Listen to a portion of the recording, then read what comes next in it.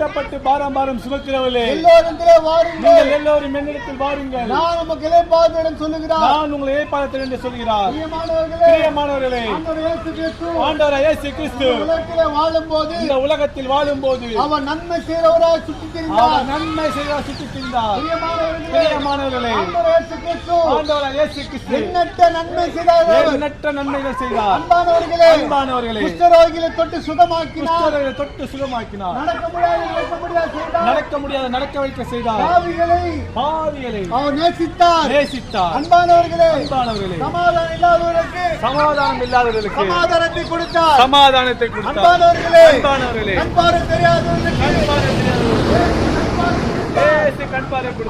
இயேசு கிறிஸ்து எண்ணற்ற நன்மைகள் செய்தார். அன்பானவர்களே, இயேசு கிறிஸ்து மாறாதவர். அவர் என்றும் ஜீவிக்கிறார்.